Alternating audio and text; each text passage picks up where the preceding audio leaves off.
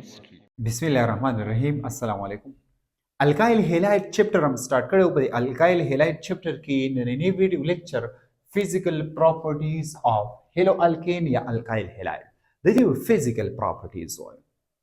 فزیکل پراپرټی کې نمبر 1 زموږ سره دی لوور الکایل هیلاید چې کوم لوور الکایل هیلاید دی سرچ از دلته مې ته لیکلی دی میثایل فلوراید ته ویل کی میثایل کلوراید methyl bromide, methyl iodide, ethyl fluoride, ethyl chloride, propyl fluoride.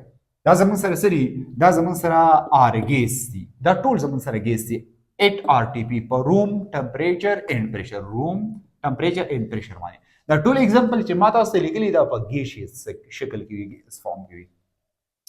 موستلی هایر ان الکایل هیلاید چې کوم سټریټ الکایل هیلاید دی اپ ټو کاربن نمبر 16 چې په دې کې به کاربن څومره وي د 1 نو واخله د دینه چې کوم هایر دی د دینه هایر دی ښه د 16 پورې کاربن چې کوم پکې وي نو هغه مینلی په لیکوډ فارم کې او د دینه چې هاي دی اباو دی اپ ټو د 16 نه اباو نو هغه به زموږ سره په کوم فارم کې وي په سالډ فارم کې. سو کې دی الکایل هیلاید دی. کلیر.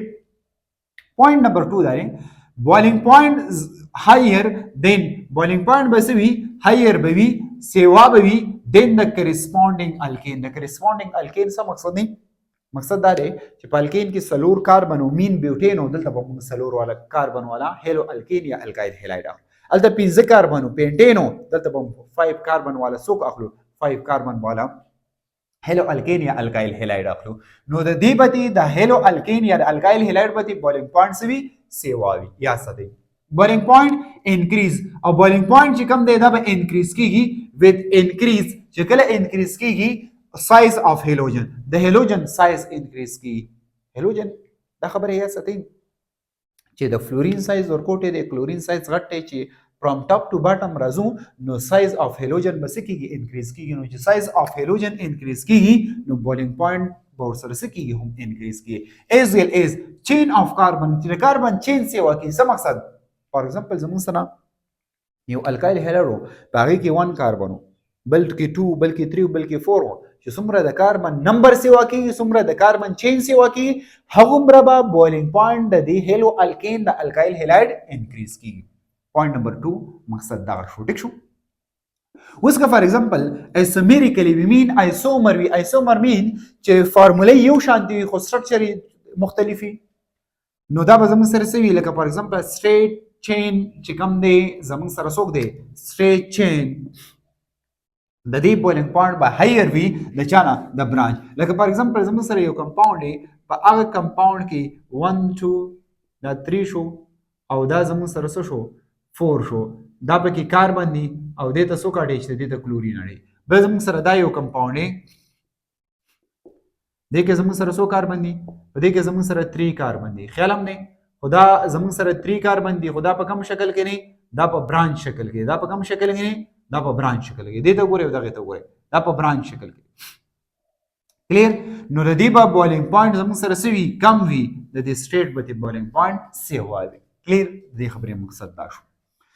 او زمون سره بل پوینټ به کې تل نمبر دا به insoluble وی ان واټر په واټر کې بدانه حل کی الکایل هیلاید یادي ولی بیکاز نو میکینګ اف هایدروجن بانډ وذ واټر. دا چې کله موږ واټر ته ورواچو نو د واټر سره هایدروجن بانډ نه جوړي چې کوم کمپاوند د واټر سره هایدروجن بانډ نه جوړي نو هغه کمپاوند به زمون سره سوي هغه کمپاوند به insoluble ان واټر یو د پولر په بیس یو د هایدروجن بانډ په بیس باندې solubility دا. کلیر.